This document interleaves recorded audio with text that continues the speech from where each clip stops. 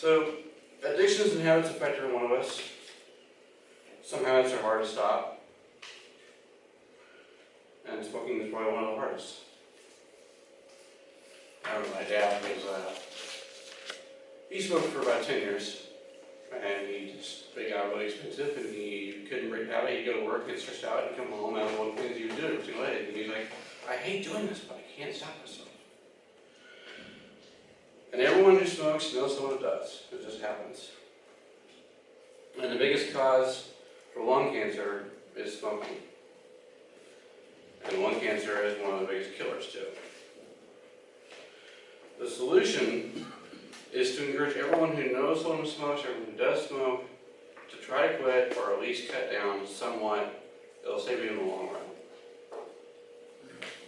My dad used to smoke 3 cigarettes a day probably, and then I started being mean and I took all the cigarettes and everything in the shower, whatever. I just throw them in a dumpster outside or trash can outside, and he never figured out what was going on. And all of a sudden he's like, this is costing me way too much money. Every time his pack of cigarettes disappear, he has to buy a new one.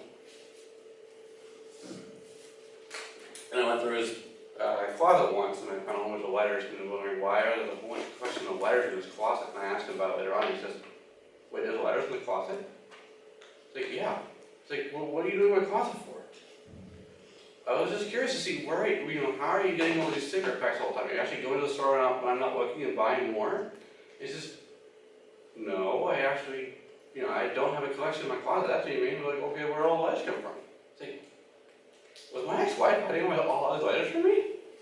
No, I had the same problem with those things. I keep on buying them. And according to the American Lung Cancer Society, smoking is the main cause of 80 to 90% of lung cancer deaths. Between 2005 and 2010, an average of 130,000 Americans died of smoking caused by lung cancer. But these deaths can be prevented by quitting. And here on the graph is a demographic, I guess, over the years. As more and more people decide to quit smoking or try to moderate, the amount of people who actually die from lung cancer has gone down because it's just gone up and up and up and up. Starting out with a large gap of people who actually died from smoking all the time, and people who started cutting down, and more people start cutting down, and then pretty soon you have a much more balanced point. And it's still bad numbers. It's still a really bad number, but it's at least getting a lot better in terms of demographics.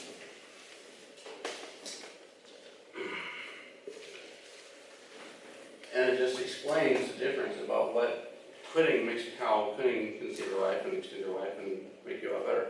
In an article by the Center for Disease Control, which is also known as the CDC, states that more than 10 times as many Americans have died from smoking than any American soldiers killed in any war we ever fought. World War I, World War II, Korea, Vietnam, Civil War, American Revolution, all of them combined. 10 times that number died from smoking instead. And then 10 years, it also says on the same site, that 10 years after quitting smoking, the risk for lung cancer drops by half. So by comparison, I'm way working on this. No, that's what So this is what the difference between a healthy lung and the one that smokes.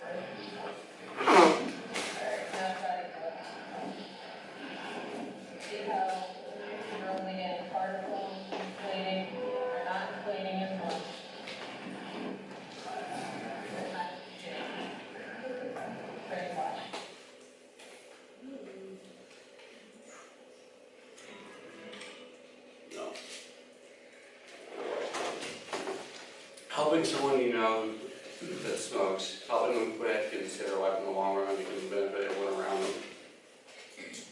In an article by the Mayo Clinic on the website says everyone knows at least one smoker. This issue came relevant to me in the last couple of weeks. My wife's grandmother is the rocker in her family. She is Facebook, she is Twitter. You know how in your own life can be you don't talk to your cousins as often or your aunts and uncles, but you know what they're up to based on what they're doing on Facebook. She is Facebook, she is Twitter. Everyone calls her to find out what's going on with everybody else. She knows everything. Not necessarily everything, but she knows on top of everything, you know what's going on. You talk to her on everybody, so you bring her to all your birthday parties. She's the most important person in that family. But she's also smoked most of her life. And in the last couple of weeks, her doctors found cancer in the lungs. One problem. The doctors also say they cannot do a biopsy to determine what kind of cancer it is, how bad it is, or when, if she will die. The reason is because she turns 90 next month, and she would not survive the procedure.